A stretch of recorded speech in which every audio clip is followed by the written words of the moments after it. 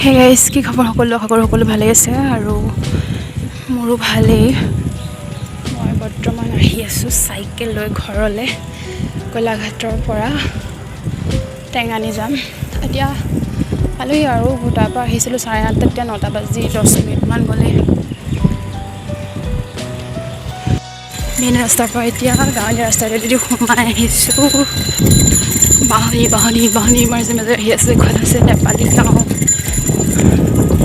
অলপ আগত গৈ আপোনালোকক বস্তু এটা দেখাই আছোঁ, চাই থাকক। দীঘলী ৰাস্তা সোমাই আহিছোঁ। তাৰপিছত এতিয়া পালোহি লয়াং নদী। আমাৰ লয়াং নদী পূৰা পানী বাঢ়িছে। এতিয়া মানে দলং এখন আছিলে, যিটো ঘাটত আমি পাৰ হওঁ, সেই দলংখন গ'ল বুলি কৈছে আৰু এতিয়া যাব লাগিব, নাৱত পাৰ হ'ব লাগিব। এই মাটিকেইডোখৰত বহুত ভাল খেতি হয় আৰু এইবোৰ তাঁৰবোৰ যে লগাই থৈছে, ধৰিব পাৰিছে জানো?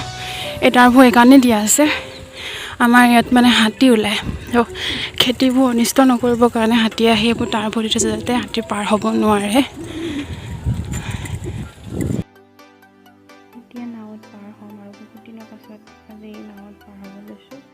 এবাৰ মনত আছে ক্লাছ 10ৰ গৰম বন্ধত মানে আমাৰ ক্লাছ হৈছিলে, তেতিয়া পাৰ হৈ যাওঁতে বাম বুলি দ জেগা এডোখৰতে ভৰি দি গোটেই মানুহজনী সোমাই পৰিছিলোঁ। আকৌ তেনেকেই স্কুললৈ গুচি গ'লোঁ ক্লাছ কৰিবলৈ। আমাৰতো আগতে এইবোৰ ৰাস্তা গোটেই বোকা হৈ থাকে, হ'লে ৰাস্তাটো মানে ভাল নাছিলে। মই মেট্ৰিক দিয়া বছৰলৈকে ৰাস্তা মানে লাহে লাহে বনাইছিলে আৰু এতিয়া আৰু ভাল হ'লগৈ।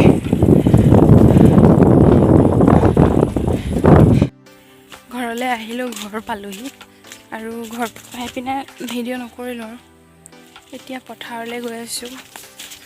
এইবোৰ জংঘল মানে আমাৰ গোটেইখন জংঘলৰ মাজত সোমাই আছোঁ।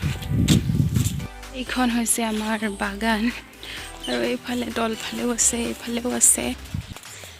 এইখন হৈছে আমাৰ পথাৰ বাগান। এইবোৰ আমাৰ ধান ৰোৱা আছে, এইখন বাগান আমাৰ। হাবি মাজত কৰা, তলত এইটো কৰা।